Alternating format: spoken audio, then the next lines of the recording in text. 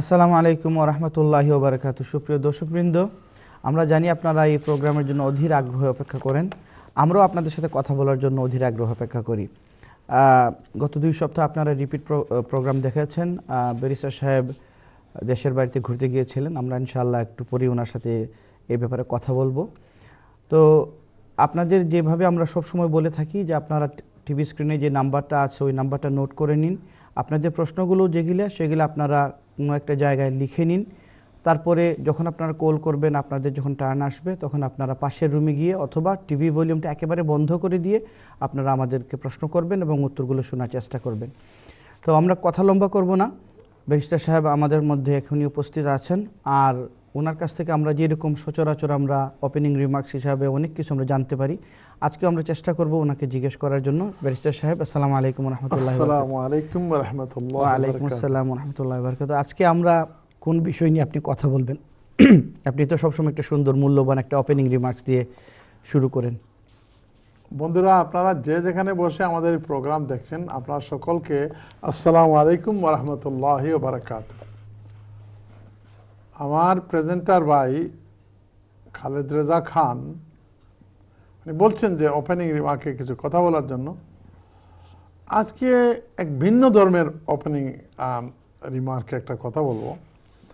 আপনারা শুনেছেন একজন লয়ার হতে হলে অনেক ধরনের ল শিখতে হয়, আইন শিখতে হয়। ধরেন আছে ল্যান্ড ল, জমি সংক্রান্ত আইন, company law, business law, revenue law, conveyancing law, trust law, অনেক ধরনের আইন আছে। তবে আমি একটা আইন বলবো, আমার মনে হয় মেজরিটি আপনারা যারা দেখছেন আপনারা হয়তো এই আইনের নাম শুনেন নাই, কিন্তু এটা খুব গুরুত্বপূর্ণ একটা আইন। এটাকে বলে টোট ল, টোট আইন। T for tango, O for orange, R for Romeo, and T for tango or turkey again, টোট। কেন বলতেছি টোটের কথা আজকে? আপনারা হয়তো বলেছি আগে যে আমি আমার চেম্বারে এখানে লন্ডনের অফিসে বর্তমানে 2 জন হবু সলিসিটারকে ট্রেনিং দেই, 2 জন সলিসিটারকে ট্রেনিং দেই। এটা SRA অর্থাৎ সলিসিটার রেগুলেশন অথরিটি কর্তৃক আমাকে মনোনীত করা হয়েছে যে আমি যেন সলিসিটারকে ট্রেনিং দিতে পারি। বন্ধুরা, এইরকম আমি বাংলাদেশের সুপ্রিম কোর্টেও মাশাআল্লাহ 1995 থেকে একজন এনরোল আইনজীবী বা অ্যাডভোকেট হিসাবে আছি। তবে আপনারা শুনলে হয়তো খুশি হবেন, এই যে বাংলাদেশের ম্যাজিস্ট্রেট বা জজ যারা আছেন ওনাদেরকে আগে আমরা যখন জজগিরির চাকরি পেয়েছিলাম ডাইরেক্টলি BCS পরীক্ষা দিয়ে গিয়েছিলাম। আর বর্তমানে জাজেস অথবা ম্যাজিস্ট্রেটদেরকে যে প্রতিষ্ঠান নিয়োগ করে, পরীক্ষা নেয়, পরিচালনা করে, এটার নাম হচ্ছে জাটি। যে দিয়ে হলো জুডিশিয়াল, এ দিয়ে হলো অ্যাডমিনিস্ট্রেশন, টি দিয়ে ট্রেনিং এবং আই দিয়ে institute. Judicial administration training institute একটা প্রতিষ্ঠান, বিরাট আকারে, বড় ধরনের। তো সেখানে জজ এবং ম্যাজিস্ট্রেটদেরকে ট্রেনিং দেওয়া হয়। আমি একজন নিযুক্ত ট্রেনার ওখানে। ওই যে জজরা আছে না, ম্যাজিস্ট্রেটরা আছে, ওনাদেরকে ট্রেনিং দেওয়ার জন্য আমি গেলে ওনারা কিছু টাকা দেন এবং ওনাদেরকে ট্রেনিং সেশনে অংশ নেই। তো এবার যখন দেশে গেলাম, এই জাটি আমাকে বললেন যে আপনি এবার একটা সাবজেক্টের উপরে ট্রেনিং দিবেন যেটা হলো ইংল্যান্ডে আছে কিন্তু বাংলাদেশের আইনে নাই। এটাকে কোন আইন? এটাকে বলে টোট। কথাটা বোঝাতে পেরেছি আপনাদেরকে? এখন টোট আইনটা কি? টোট আইন হলো বন্ধুরা যে অনেক আইন আছে, যখন একজন জজ সাহেব দেখবে একটা সিচুয়েশনে একটা মানুষ ক্ষতিগ্রস্ত হয়েছে আরেকজনের ধারা, কিন্তু সেখানে কোনো আইন নাই, সেখানে কোনো ক্রিমিনাল আইন নাই, কোনো সিভিল আইন নাই, তখন জজ সাহেব তার ইনহেরেন্ট জুরিসডিকশন দিয়ে সে বলবে এই মানুষটা যেহেতু ক্ষতিগ্রস্ত হয়েছে আপনার দ্বারা, আপনার উচিত ছিল একটা ডিউটি অফ কেয়ার, আপনার প্রতিবেশীকে, আপনার পাশের মানুষকে সুরক্ষা করা, কিন্তু আপনি করেন নাই, আপনি নেগলিজেন্ট ছিলেন। আপনি দোষী হলে তার ক্ষতি পূরণ দিবেন। এটা এদেশে আজ থেকে অনেক আগ থেকে এই আইন আছে। 1932 সালে একটা মাইল ফলক আইন হয়, যেটাকে আইনের ছাত্ররা হয়তো বুঝতে পারবে বা আইনজীবীরা বুঝতে পারবে, যেটাকে বলা হয় ডনোহিউ ভার্সাস স্টিভেনসন।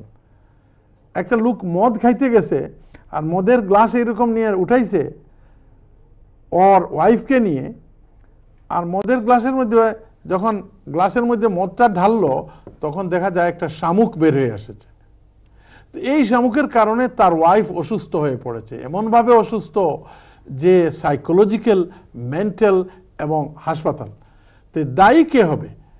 এটা কি এই মদের বারের মালিক দায়ী না কে? কোর্ট বলল না না, যে এই মদটা যিনি ম্যানুফ্যাকচার করেছেন, যিনি এটাকে বানিয়েছেন, তার উচিত ছিল, তার ডিউটি হলো তার কনজিউমারদের প্রতি, যারা এটা পুরাপুরি হাইজিনিকভাবে তাকে প্রডিউস করা তার উচিত ছিল। যেহেতু এই মহিলা ক্ষতিগ্রস্ত হয়েছেন, কোর্ট ড্যামেজেস বা কম্পেনসেশন ওই মদ ম্যানুফ্যাকচারের বিরুদ্ধে দিয়েছেন। আমাদের দেশে কিন্তু এই টোট আইনটা বন্ধুরা এখন পর্যন্ত ডেভেলপ করে নাই। তো আমার ভাইরা বোনেরা যারা জজ হয়েছেন, আমি ট্রেনিং দিলাম 45 জনকে। আপনারা খুশি হবেন, ওই 45 জন আবার কোন ট্রেনার কত মার্ক পেয়েছে 1 থেকে 10 পর্যন্ত, এটার আবার তারা আপনার সিক্রেটলি মার্ক দেয়। আলহামদুলিল্লাহ আমাকে তারা 95.5 দিয়েছে। তো আউটস্ট্যান্ডিং বলেছে ওনারা। তো আমাকে দাওয়াত দেয়, কিছু টাকাও দেয়, কিন্তু টাকার জন্য না, যে আমার দেশের যারা জজ হবে, ম্যাজিস্ট্রেট হবে, তারা যাতে সুবিচার করতে পারে, জনগণ যাতে সুবিচার পান, এ কারণে নিজেকে এটার সাথে একটু পার্টিসিপেট করি। তো বন্ধুরা, আমি এই কথা বলেছিলাম, স্পেশালি আইনের ছাত্র যারা বা আইনজীবী যারা আমাদের বাংলাদেশে যদি আমাদের এই অনুষ্ঠান কেউ দেখেন, আমাদের আইনটাকে বাংলাদেশে পুরোপুরি জাজেসরা আপনারা এই টোটটাকে ইমপ্লিমেন্ট করবেন। অনেক জায়গায় দেখবেন লর্ড ডেনিং এই দেশের সবচেয়ে বড় যে জাজ, যাকে 100 বছরের মধ্যে জাজ অফ দ্য সেঞ্চুরি বলা হয়েছে, উনি বলেছিলেন যে দেখেন, আপনারা কথাটা খেয়াল করেন, খুব মূল্যবান একটা কথা বলতেছি লর্ড ডেনিং এর। এটা কি? উনি বলছিলেন যে যদি বাদী এবং বিবাদী দুইজনের পক্ষে যদি আইন না থাকতো, তাহলে তো আইনজীবী পেশা শেষ হয়ে যেত। বাদী যখন তার উকিলের কাছে যায়, তখন বাদীকে বলে হ্যাঁ তুমি জিতবা, এই দেখো আইন আছে। বিবাদী যখন যায় তার উকিলের কাছে, তখন বিবাদীও আইন দিয়ে বলে না না না না তুমি জিতবা। কিন্তু ভালো জজ সাহেবের কাজ কি? আইন কোন দিকে গেল সেটা দেখবে না। লর্ড ডেনিং বলতেছেন চোখ বন্ধ করে দেখবেন কোন দিকে ইনসাফ যায়, কোন দিকে জাস্টিস যায়, কোন দিকে কনসিয়েন্স বা বিবেক যায়। যেদিকে বিবেক যাবে, ইনসাফ যাবে, ল অ্যান্ড জাস্টিস, এই কারণে আমরা নামটা দিয়েছি। আইন হলেই যে জাস্টিস হবে তা না, যেদিকে জাস্টিস হবে সেদিকে জজ সাহেব তার কলমটা লিখবেন। পরে উপরের আদালতে গেলে কি হবে সেটা তো ভিন্ন কথা। বন্ধুরা, বাংলাদেশ থেকে আমার ম্যাজিস্ট্রেট ভাইরা, জজ সাহেবরা যারা দেখছেন, মেহরবানি করে আপনারা সরকারের কর্মচারী বা কর্মকর্তা না, আপনারা you are at the service of the republic. আপনারা এই জনগোষ্ঠী সারা দেশের প্রতিনিধিত্ব করেন। সরকার একজন আজকে আসছে, কালকে চলে যাবে, কিন্তু আপনারা থাকবেন। আপনাদের কাছ থেকে যেন সাধারণ মানুষ টোট আইনের মাধ্যমে পুরাপুরি ইনসাফ পায়, আজকের এই আশা আপনাদের কাছে আমি করব। তাই বলে আমার ওপেনিং রিমার্ক শেষ করছি। ধন্যবাদ ব্যারিস্টার সাহেব। আমরা নতুন একটা জিনিস শিখলাম। আমি আশা করি আমাদের যারা ল স্টুডেন্ট আছেন বা লয়ার আছেন, যারা ল প্র্যাকটিস করেন, এবং আমরা যারা সাধারণ মানুষ, আমরা সবাই উপকৃত হব আশা করছি আপনার এই মূল্যবান বক্তব্যের মাধ্যমে। তো আমরা সরাসরি কলে চলে যাচ্ছি, দেখি এখন কে আছেন লাইনে। আসসালামু আলাইকুম কলার। ওয়ালাইকুম আসসালাম। আপনার নামটা বলবেন, আপনি কোন জায়গা থেকে ফোন করেছেন কাইন্ডলি বলবেন। শেফালি। জি জি শেফালি। কই থেকে? শেফিল্ড থেকে। শেফিল্ড থেকে শেফালি আফা। জি ঠিক আছে, আপনার প্রশ্নটা হোক। জি, আমার প্রশ্নটা হচ্ছে যে আমার হাজবেন্ড, মানে আমার হাজবেন্ড প্রথমে অনেক 10 বছর রুলে পড়ছে। আপনার কথা একেবারে শোনা যাচ্ছে না আপু, আপনি কাইন্ডলি টিভির ভলিউমটা বন্ধ করে দেন, আর লাউড স্পিকারে কথা বলবেন না, কাইন্ডলি আপনি নর্মাল ফোনে বা যেভাবে কথা বলেন সেভাবে কথা বলেন। যে আমার হাজবেন্ড, জি বলেন। হ্যাঁ আমার হাজবেন্ড, উনি প্রথমে আমি আমার হাজবেন্ডের জন্য অ্যাপ্লাই করেছিলাম। জি তো উনি প্রথমে 10 বছরের রুলে পড়ছিলেন, জি কিন্তু এখন দেখা যায় যে উনি 5 বছরের রুলে। কিন্তু এখন আমি চাইতেছি যে আমার হাজবেন্ডকে আমি একটু পরে লিগেল করে দিতে। তো এই ধরনের কোনো কিছু করা যাবে কিনা না? ব্যারিস্টার সাহেব, পরে লিগ্যাল করে দিবেন, আপনি একটু কনফিউজ হচ্ছেন। আমি একটু সময় চাইছি আর জি, কি, জি, জি। আমার হাজবেন্ডকে বুঝছি। আর একটু বুঝার বাকি আছে। জি জি ও শেফালি একটু আফা, বুঝতে চাইতাছি। আপনি তো সিলোটি বই নাইনি আপনি।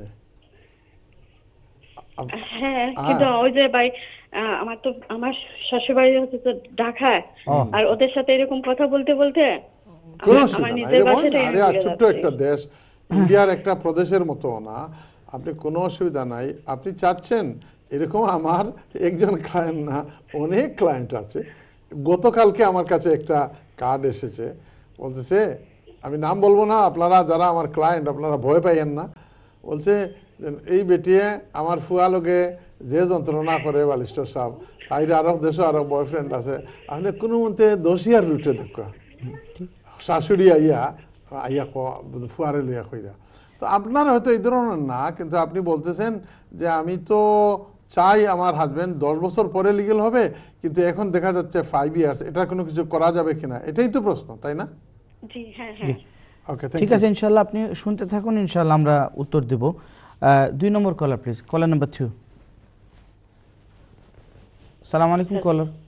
হ্যালো, আসসালামু আলাইকুম। ওয়ালাইকুম সালাম। নামটা কইবা বই না, কই থেকে ফোন করছেন?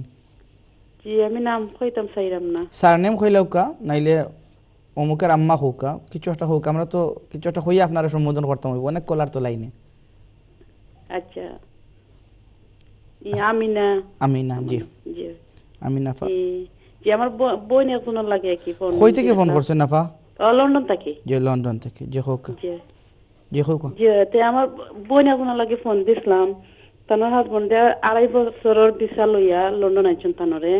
তো ওটা কে তান জানতে চাইরা যেনে 2 বছরের কিতা 2.5 বছরের যেনে জেলা আইছেন 18,000 দেখাইয়া জি ওলা সমান টাকা লাগবো নি না, তাই 6 মাস আগে যে সময় 2.5 বছরের ভিসা লইবা ওই সময় তার ফুল স্টেটমেন্ট ও 18,000 দিলে ঠিক আছে নি না, তাই নে ফুল টাইম আরবার ওলা জব কইরা যাইতা তার হাজবেন্ডে। ওকে, আপনি বুঝছেন ব্যারিস্টার সাহেব? খুব ভালো বুঝি। আর তো ভাই আমিনা আফা, আপনি হুক্কা আপনার বনি জামাই তাইলে আগে জেনুইন কাম করতা না, তাই না? জি না, তাই জেনুইন এবো আছেন, তাই 19,000 কাম করা কইরা কি ওনে পার্ট টাইম গে লাগেনে।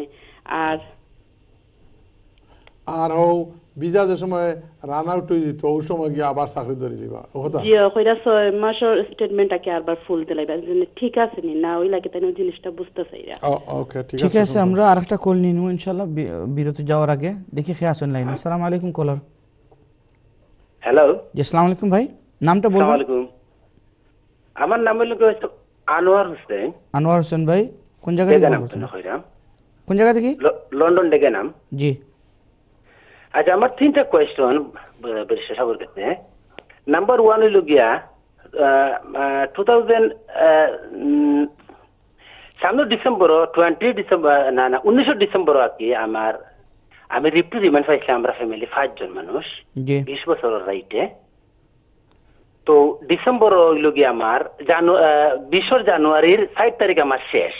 জি ডিসেম্বর কোন আসতে আমি অ্যাপ্লাই করতে হইব, জি হইল একটা, বুঝছেন নি? জি জি জি আচ্ছা, আর 2 নম্বর হইল গিয়া আমার বড় ছেলের বয়স বর্তমানে 9 বছর। 20 ফেব্রুয়ারি তুই বিকে তানোর 10 বছর। তো 10 বছর হয়ে গেলে তাই অলরেডি আমরা রিপ টু রিমাইন্ড তাই আলাদা হয়ে যাবে, ব্রিটিশ পাথর হলে তাই অ্যাপ্লাই করতাম পারবো। তো ডিসেম্বরে যে আমি অ্যাপ্লাই করতাম রিপ টু রিমাইন্ড 2.5 বছর শেষ হয়েছে, 3 মাস গ্যাস থাকে, 3 মাসের পরে কি তাই আবার 10 হয়ে যায়। আর 3 মাসের আগে তানোর ভিসাটা আমি আবার লাগাইতে হইব তানোর লাগি না, এর আগে আমি ব্রিটিশ পাথর হলে অ্যাপ্লাই করতাম পারবো, বাট পার হেড 3,000 পাউন্ড করে খরচ হয়। জি বুঝতে পারছেন নি? আমি বুঝতাম পারছি ভাই, আচ্ছা। সব ঠিক আছে আপনি। আর আরেকটা কোশ্চেন রয়েছে।